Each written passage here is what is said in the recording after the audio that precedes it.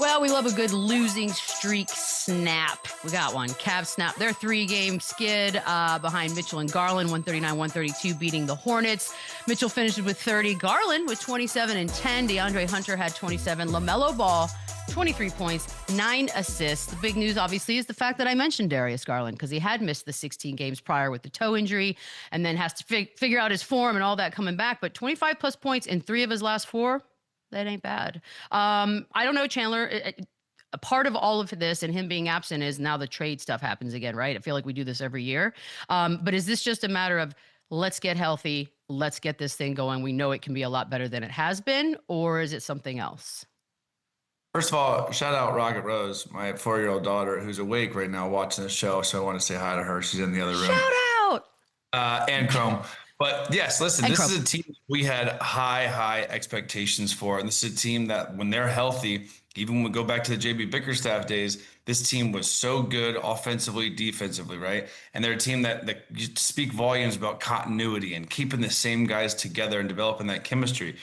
They have this. So I think that is why this 16-14 record after a historic start last year, when a lot of guys have been healthy. Obviously, Garland's been banged up. Max Strus has not played much. A lot of guys have missed some time, but for the most part, when this team is whole, they are very good. So I do think when they get fully back on the floor together, you start seeing Darius Garland kind of getting his legs under him. Like there was always the reports last year, him and Donovan Mitchell, 2 years ago, him and Donovan Mitchell weren't really getting along. They didn't like playing each other. Now they didn't say anything last year, and they were best friends. Now this year they're losing again. You start hearing those rumors again, Darius Garland to Sacramento. It's all about winning. That heals everything. So when this team is healthy on the floor, I still think they're a real threat in the Eastern Conference. They've just got off to a brutal start, to be honest with you. And a lot of that has to do with Darius Garland missing time. He is an all-star level point guard. He relieves so much pressure from Donovan Mitchell. Donovan Mitchell is so much easier to guard and double team and scout when Darius Garland's not on the floor. So I think they need each other. I think this team needs each other, and they need everybody. They need Evan Mobley. They need Jared Allen. They need because they're one of those teams that can go 9, 10, 11 deep. So I think I'm not panicking quite yet, which is crazy. I don't know why I'm so stuck up on this team. I just think I saw enough last year for them to be a real threat. I really did. You aren't panicking at all. Lou, I'm not. I'm glad. I should be, I feel like, but I'm not. But I think that's the only thing, Chandler, like you just said, health is their only issue. Other than that, they check all of the boxes. You got elite guard play, you got elite rim protection, you got a big that can score the basketball, you got shooting, you got everything, but you can't have everybody in uniform at the same time. That's been the biggest issue that the Cleveland Cavaliers have seen. They've yet to have a game where they don't have at least 4 out of 5 of their starters in the lineup. They've had every game. It's been at least 2 starters out of a game this entire season. It's hard to build some camaraderie and a rhythm with a team that you don't know who's going to be in and out of the lineup, So you get some positive action out of Garland in the last 3 or 4 games that he's had, but how consistent can that be when guys are in and out of the lineup? Other than that, Cleveland check all of the boxes. So I agree with Chandler. I don't panic yet. If they can get healthy and they can get everybody on one accord, I think they're still one of the more dangerous teams in the East. I do think it's funny, and you said it, Chandler, is that when they're winning, everyone was really quiet last season. We weren't doing the Tatum Brown, Garland Mitchell situation, trying to pit everybody against each other. And now that they're losing, it sort of rears its head again. So much so that Grant Asfith of the Dallas Hoops Journal said that there is a perception. Now, I do find that interesting that it's not reports or not. It's a perception that Darius Garland would much prefer to run his own team rather than sort of play second fiddle to Donovan Mitchell. I don't know, Lou. I mean, we keep doing this. At some point, is it inevitable? Are we splitting these two up?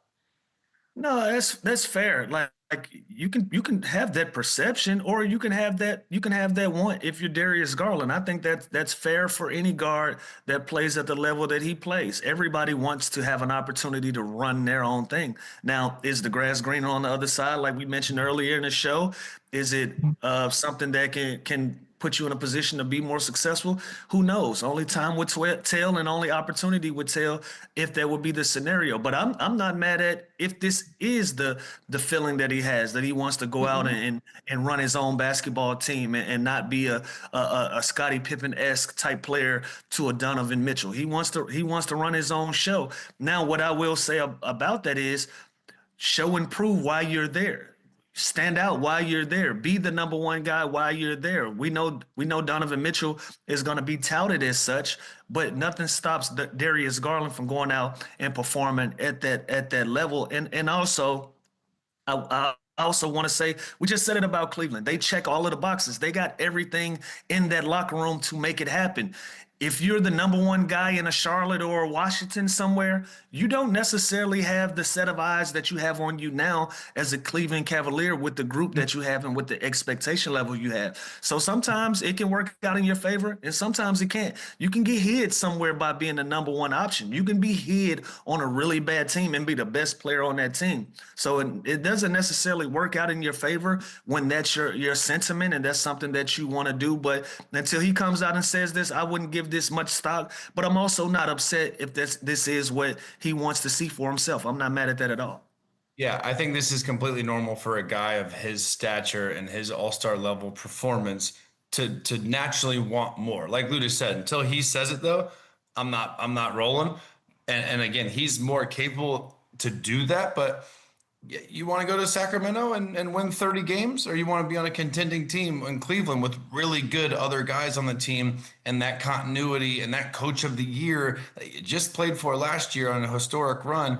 Now when it gets a little bumpy and up and down season, you want to get traded to a worse situation. I don't love that. And again, this is a knock on him because it's not his words, but like we always say, it always sounds good to act like you could just go somewhere and it's going to be completely different and you're going to have such a bigger role and more opportunity, and that does sound good when you say it out loud, but that's not always the case. The grass is not always greener, and he's got a really good situation right here and a really good team right now where they can be relevant for the rest of his career in that Eastern Conference. So I think it'd be very short-sighted to go and ask for a trade and want to run your own show for your own personal, needs and passions more so than contending for a championship in Cleveland, which they can do.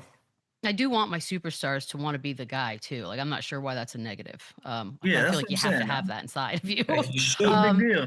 Yeah, no yeah, big deal. no, I don't hate it. Chandler, Con Kniffle.